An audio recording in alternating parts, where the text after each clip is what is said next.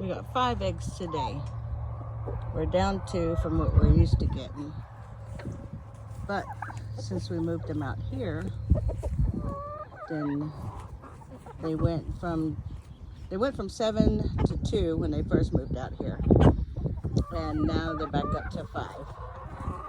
And they seem really happy. See that black hen? She needs her husband. And he's way over there. Not letting me catch him. I'm gonna have to get him while he's asleep.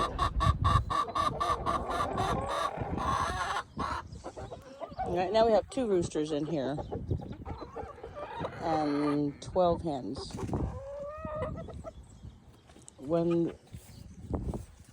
Golly geez.